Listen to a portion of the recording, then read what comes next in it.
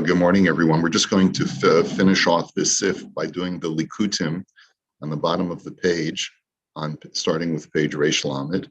So let's take a look. We had learned that when you rent chattel, let's say a donkey or a car, a truck, something like that, or a lawnmower or whatever it is, and the owner is with you at the time when you're using the object, or if the owner is rented at the time you're renting the object, in other words, they're hired to do the work with the appliance itself.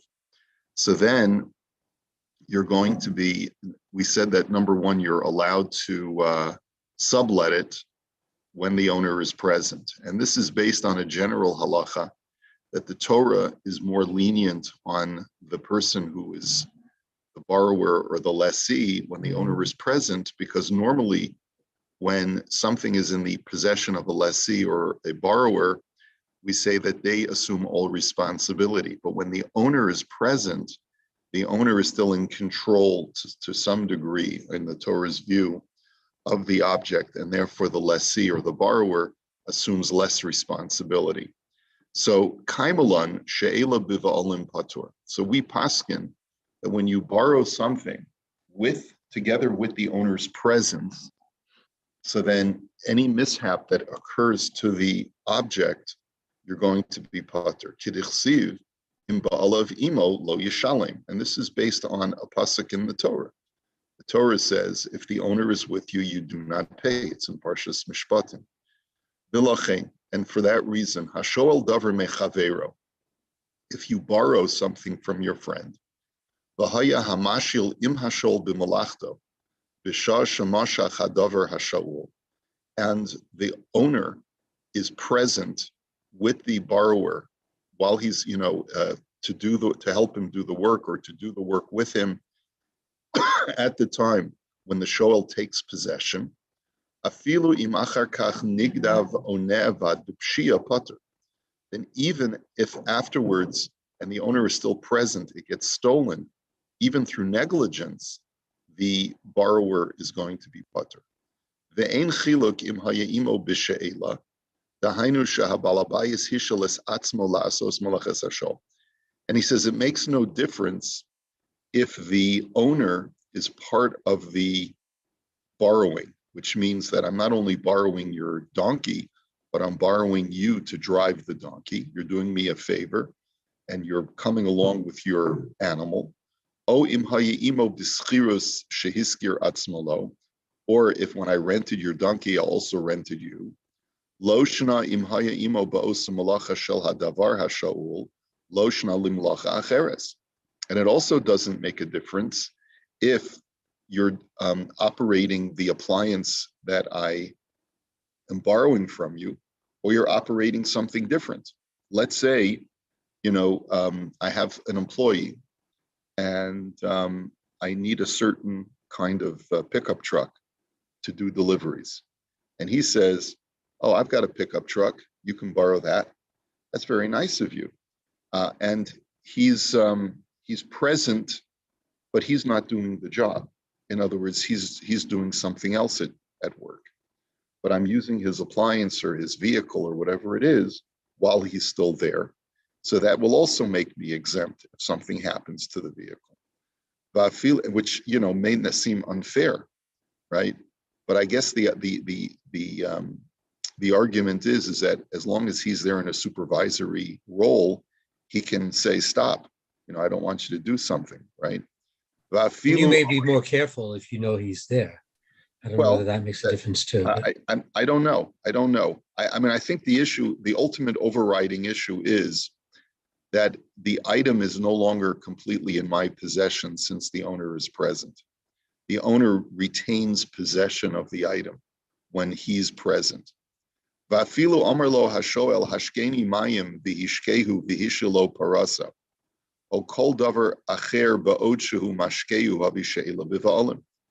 Let's say the guy who's lending me his donkey or his cow says, do you mind if I have a drink of water and sit on your stoop, for a few minutes? Took me a long time to get here.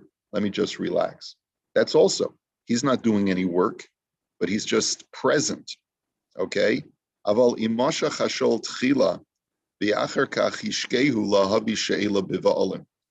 But if the guy borrowed the cow first, and then later on the guy came over and asked for a drink of water, then that's not considered to be the owner is present.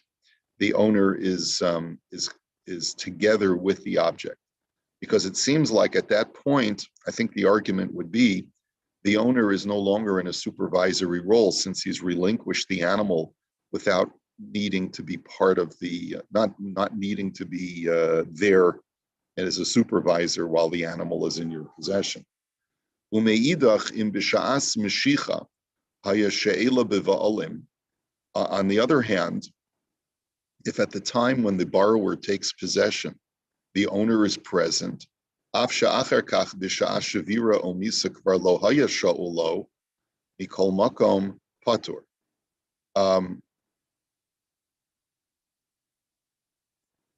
He says, even though afterwards, when the item gets broken or breaks down or dies, the lo haya sha'u lo, kvar lo haya sha'u lo, that's a strange language. It was no longer, it sounds like the guy is no longer there, but I'm not sure, kvar lo haya sha'u lo. He says, de ha'ikrahu shiyeh sha'u lo b'sha'as, oh, the owner is no longer borrowed to him. In other words, the owner is no longer working for him or doing anything. Nonetheless, the guy will be putter. In other words, the owner helped him drive the donkey from Minsk to Pinsk. The guy gets to Pinsk, and then the donkey is still under the borrowship, is still being borrowed by the borrower, but the guy's not driving the donkey anymore, and then the donkey just dies. So then the shoal is still going to be putter. The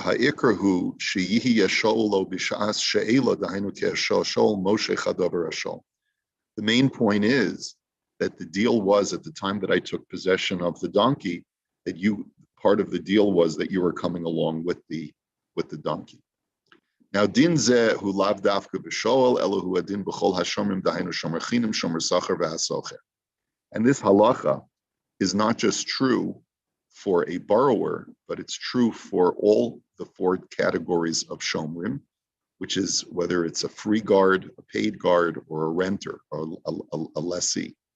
The im b'sha'a shemashchu hadaber hayashmira b'va'olim, that if at the time that the person who's not the owner, whether he's a guard or watching it or borrowing it or leasing it, if at the time that he takes possession of the chattel, the owner is part of the deal, the owner is sort of a participant in the watching of the object, either that the owner is going to be working for the borrower, or he's going to be in some way in having some participatory role in using the item or being present when the item is there. That's part of the terms. So then even if negligence takes place, later on, the borrower or the guard is going to be patur. Now, hishalo behemto, o hiskiro lo kidei lokachas alav masa. So Ruvain lends Shimon his animal, or rents to Shimon his animal. So, and the objective is that this animal is going to be carrying a load. And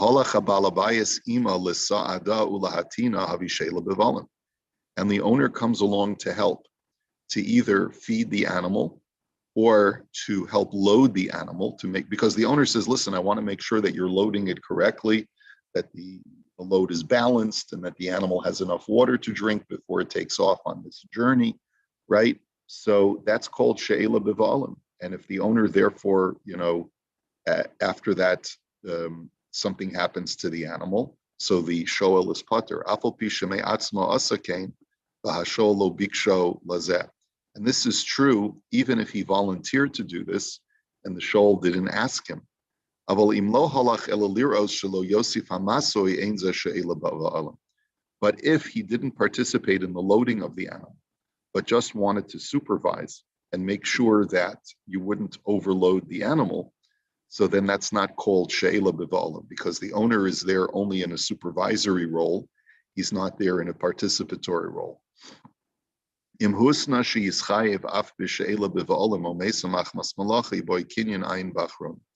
Now, of course, anything can be stipulated in a contract. And so if a person lends out his donkey or his truck and he says, I'm going to be with you, I'm going to ride shotgun in the truck, want to make sure you're not abusing the gears and you know how to drive this thing. But he also at the same time stipulates you will still be liable for any damage that you cause to this truck. You can change the terms contractually any way you want, as long as it's stipulated at the outset of the rent, the lease, or the period of borrowing. The question is, do you need to make a kinyan? Does it have to be signed in a contract, or is a verbal contract enough to make it binding? That's deliberated in the achronim. That's deliberated in the poskim. Okay.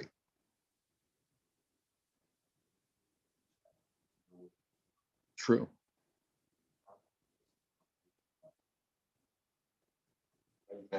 Well, you know, it's true. It's true with any kind of transaction.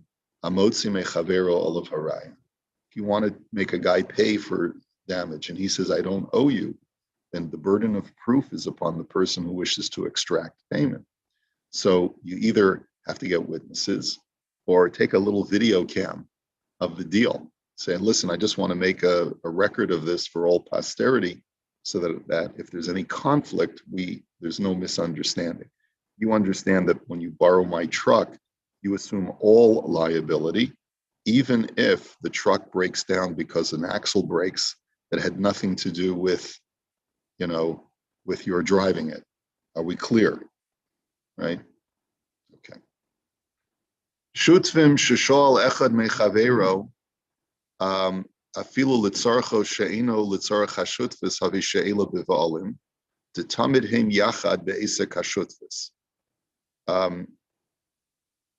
If you have partners in let's say a piece of chattel, let's say two guys own a donkey, two guys own a truck, a pickup truck. They're partners in the ownership, and one guy wants to borrow it to take his family on vacation. Okay, so it's not for the needs of the business. In other words, they bought a van, let's say, an RV. No. They bought a van, let's say, for transport for the business. They have they schlep stuff. They have to schlep stuff for their work. So they bought a van. And now one of the partners wants to use the van on the weekend in order to be able to take his family on a trip. Okay. So the halacha is so they are considered to be always together, and the owner is present. And so therefore the guy who borrows the van is not liable. It's a company liability. It's the corporate entity that now has to assume the loss. So why? Because one of the owners is present. So that's the argument.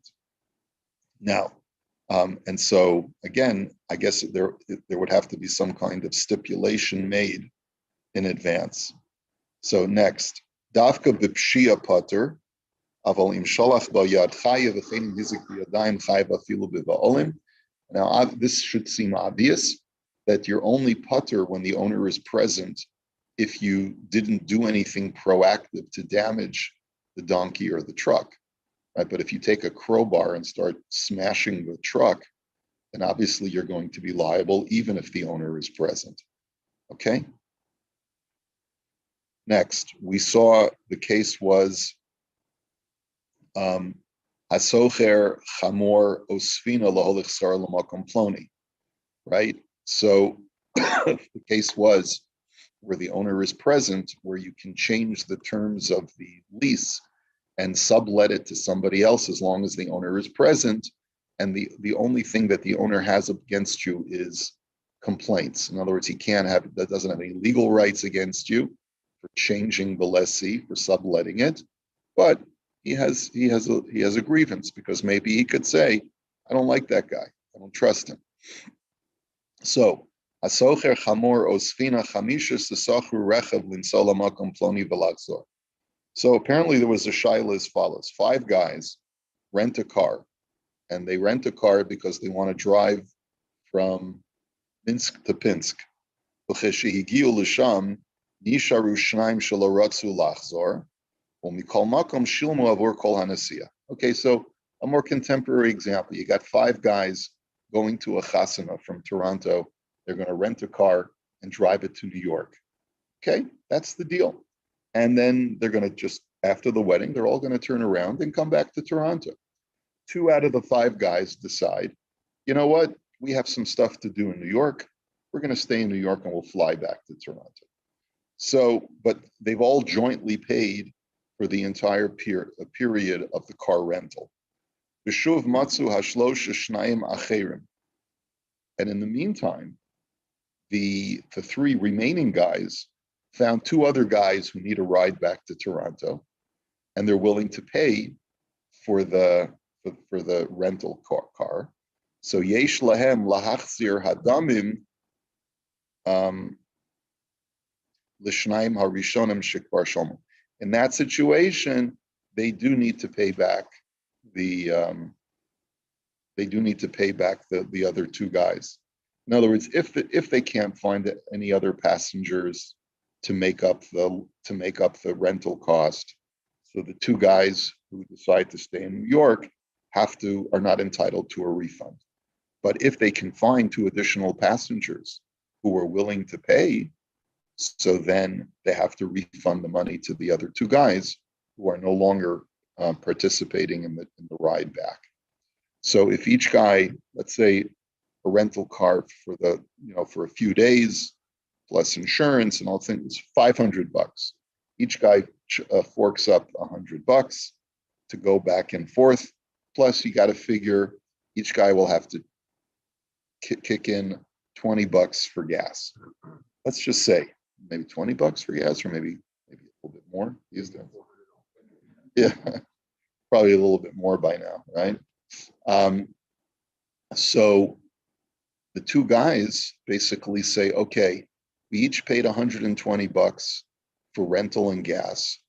We're not taking the trip back, so we want to get $60 back. It's $60 each way. And the other 3 guys say, wait a minute, we got to still pay for the gas. We still got to pay. So they say, okay, try to find 2 other passengers. If you can find 2 other passengers, great. If not, then we'll be stuck with it. Obviously, there'll be an incentive for those 2 guys to help try to find another 2 passengers. This is classic yeshiva bacher stuff, So this is an interesting, very, very practical halachic issues. And then the last thing that we saw was the halacha of that, when you rent or borrow something, it's implicit in the terms that your wife and your children will have rights. They're not considered to be sublessees. They're considered to be participants in the actual lease. Okay? Now, that may be different when it comes to leasing a car. When I lease a car, it's not implicit that my wife is also a driver, or vice versa. When she rents a car, it's not implicit that I'm also a driver. You have to list all the drivers. But in a case where the owner is present and he wants to say, well, I never bargained for this other person to take part in it.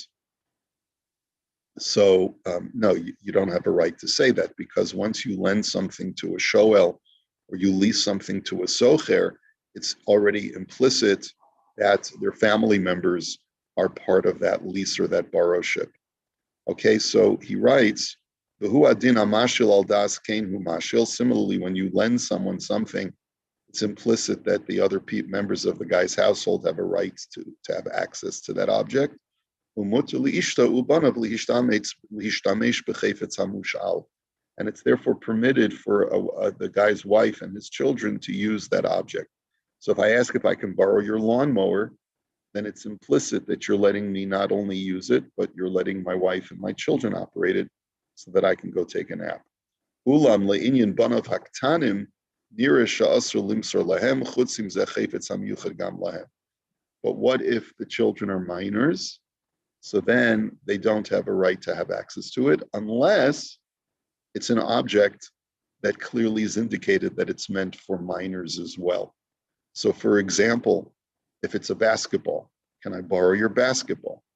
So, or can I borrow your goalposts to play street hockey? You give me permission. So then it's implicit that my children are included in that borrowship because I want, you know that I'm going to play street hockey with my kids or play basketball with my kids or something like that. Okay. Okay. Let's go on to the next halacha. Dalet v'lachein hashoel sefer mechavero. If you borrow a book from somebody, okay, very typical. Bashai lahaniach la'acher likros bo birshuso. You're allowed to let someone else read the book, provided that you get permission from the owner. So, birshuso. Not that you get permission from the owner. Birshuso means while it's on your property. While it's on your property. So, and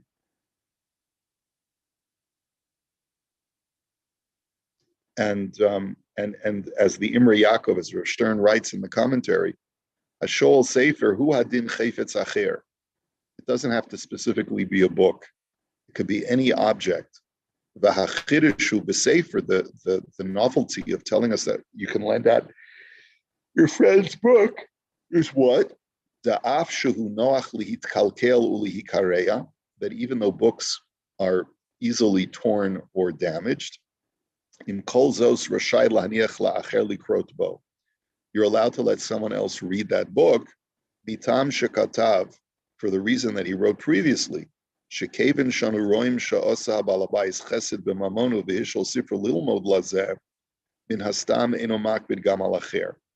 That we know that since the Balabayas is willing to do a chesed with his property and lend this book to someone, we can assume that he doesn't mind if someone else uses or reads the book as well, but provided that it's birshuto, that it's pirish beveito she'eno motzio misham, that it's in the house of the borrower. In other words, Reuven borrows from Yankel, and Shimon comes over to Reuven's house on Shabbos and notices this book on his coffee table. It's the latest Rabbi Sachs book or whatever it is, and he says, I really want to read this. So Reuven can say to him, sure, help yourself. While you're here in the house, you can read it, but you say, I can't let you take it with you because it's not my book. Okay. The Eino Choshesh, and you don't have to worry, Shema, Ein Ritzonam Shal Haba'olim Shia Pikton Biyad Acher, Kevin Shadain Hu Bevesu Uvirshusa. Why? Why is that permitted? You don't have to worry that maybe the owner doesn't want, maybe Yankel doesn't want Shimon reading the book. Why? Because since it's in Reuven's house still, Reuven has full rights to it, and it's like it's Reuven's book, and we can assume that Yankel is okay with letting other people read it in Reuven's possession. And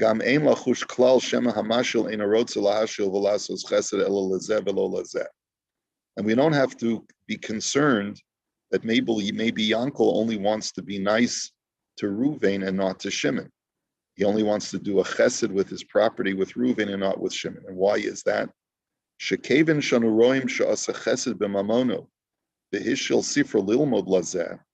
Because since we see that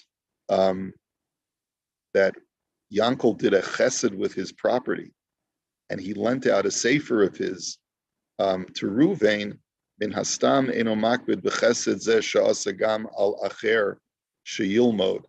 He says we can assume that he doesn't mind that this chesed should extend to another person to give that other person the opportunity to learn something from the book.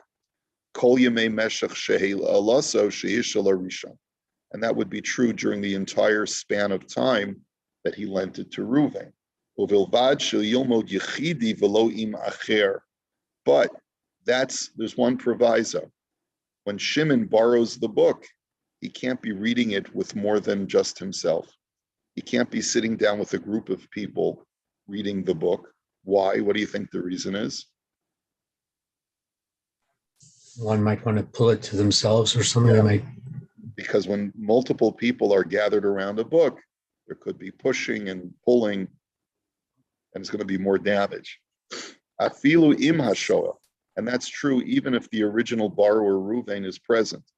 Ki lo hishil ela le'echad v'lo lebeis, because when Yaakov, who's the owner of the book, lent it out, it was with the intent that only one person at a time would be reading it. Ve'ein lanu lasos chesed b'mamonu shalom midaito afilu kol shehu yoser mima sharinu be'einenu shekvar asa midato. And we cannot extend more chesed or a greater degree of chesed than what we saw the owner himself was willing to do. The owner was only willing to do a chesed with this book by letting one person read it, Ruvain. Ruvain can't now go ahead and sit down with Shimon and say, come, let's read it together. He says, even though Ruvain is present, but that in itself is going to be problematic because we don't know that Yankel, who's the book owner, wants more than one person reading it at a time. Because it's very easy for that book to become compromised when multiple people are reading it.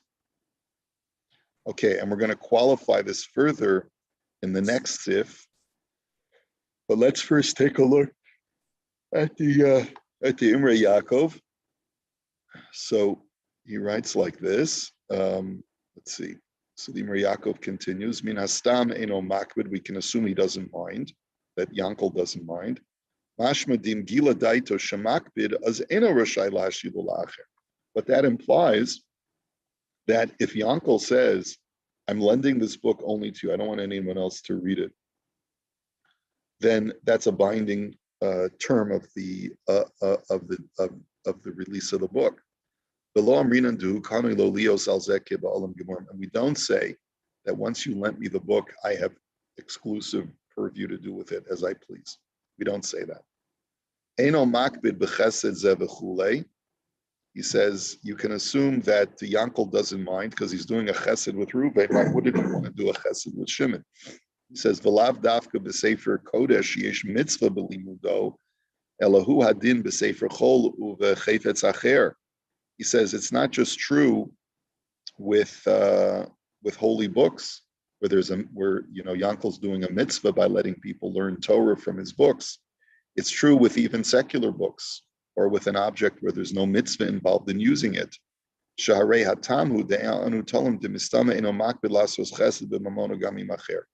We assume that he doesn't mind doing a chesed with other people as well, provided that it stays within the Ruvain, the borrower's possession or his home. As long as it's in his home, we can assume that Yankel doesn't mind. Below im acher, he says, but you can't be reading the book together with another person. Like we had all surmised, because people are going to be pulling the book in different directions, and the book is more likely to tear. All right, so we'll hold it here for today. There's much more to discuss in this halacha, because this, by the way, you see that this halacha is contrary to what we studied before. Before we said, you cannot assume that just because Yankel lent his donkey to me, he doesn't mind if I lend it to somebody else, because I'm releasing it from my possession and letting someone else take it onto their property. That we don't assume. It's only in this case where it's remaining on my property, the initial borrower, that we assume that Yankel doesn't mind if another person will look at it. Okay. And I presume, Rabbi, we'll talk about if it gets damaged while it's read by your guest, who's responsible. Yeah. Well, we will get into all of that.